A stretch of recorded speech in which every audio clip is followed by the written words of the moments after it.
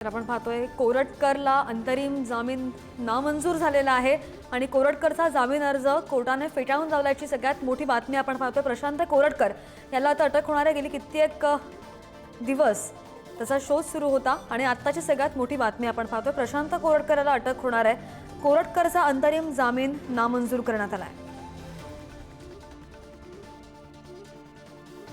प्रशांत कोरटकरला अटक होणार आहे। नुकतीच आमच्या प्रतिनिधींनी ही ताजी माहिती आपल्यापर्यंत पोहोचवलेली आहे। कोरटकरचा अंतरिम जामीन नामंजूर करण्यात आलेला आहे आणि कोरटकरचा जामीन अर्ज सुद्धा फेटाळून लावला आहे।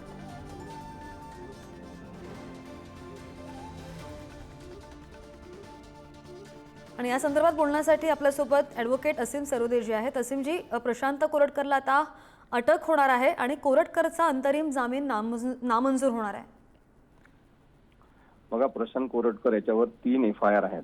एक जालना इथे आहे, एक नागपूर इथे आहे आणि एक कोल्हापूरच्या तिथे आहे। त्यामुळे आधी सुद्धा प्रशांत कोरटकर याला एकाच केसमध्ये केवळ तात्पुरता अटकेपासून संरक्षणाचा जामीन मिळाला होता। त्याला आधी सुद्धा पोलीस अटक करू शकत होते। त्यामुळे आता जामीन रद्द झालेला आहे, जामीन मिळालेला नाही, त्याचा जामीन अर्ज फेटाळला म्हणून त्याला अटक होणार असं नाही। पोलीस आधी सुद्धा अटक करू शकले असते, परंतु प्रशांत कोरटकर हा देवेंद्र फडणवीस यांच्या जवळचा आहे। अनेक IPS अधिकाऱ्यांचा तो जवळचा मित्र आहे, जवळचा भाऊ आहे, मानलेला भाऊ आहे। त्यामुळे त्याला अटक आतापर्यंत होत नाही असं लोकांमध्ये जे पसरलेलं आहे ते जर आपल्याला खोडून काढायचं असेल तर सरकारने आता कायदेशीर कारवाई प्रशांत कोरटकरवर करायला पाहिजे। अच्छा, काय नेमकी प्रोसेस असते ही जेव्हा अंतरिम जामीन नामंजूर होतो तेव्हा? असीमजी,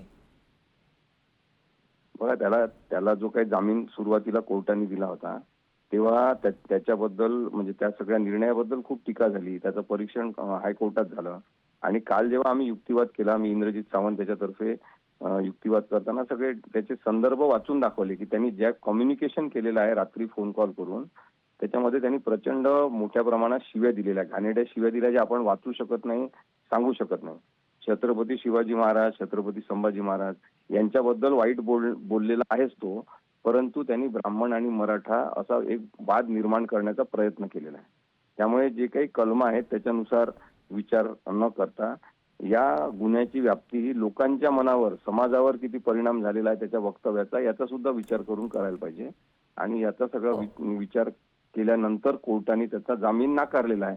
त्यामुळे आता त्याला उच्च न्यायालयामध्ये जामीनसाठी अर्ज करावा लागेल आणि तिथे सुद्धा युक्तिवाद होतील। जर आवश्यक असेल तर काही अटीवर न्यायालय जामीन देतील किंवा फेटाळून लावतील, परंतु एकूण 3 FIR मध्ये केवळ एका FIR मध्ये त्याला अटकेपासून संरक्षण असल्यामुळे आधी सुद्धा पोलीस अटक करू शकत होते, ते अजून अटक का करत नाहीत असा महाराष्ट्रातल्या सगळ्या लोकांना पडलेला प्रश्न आहे।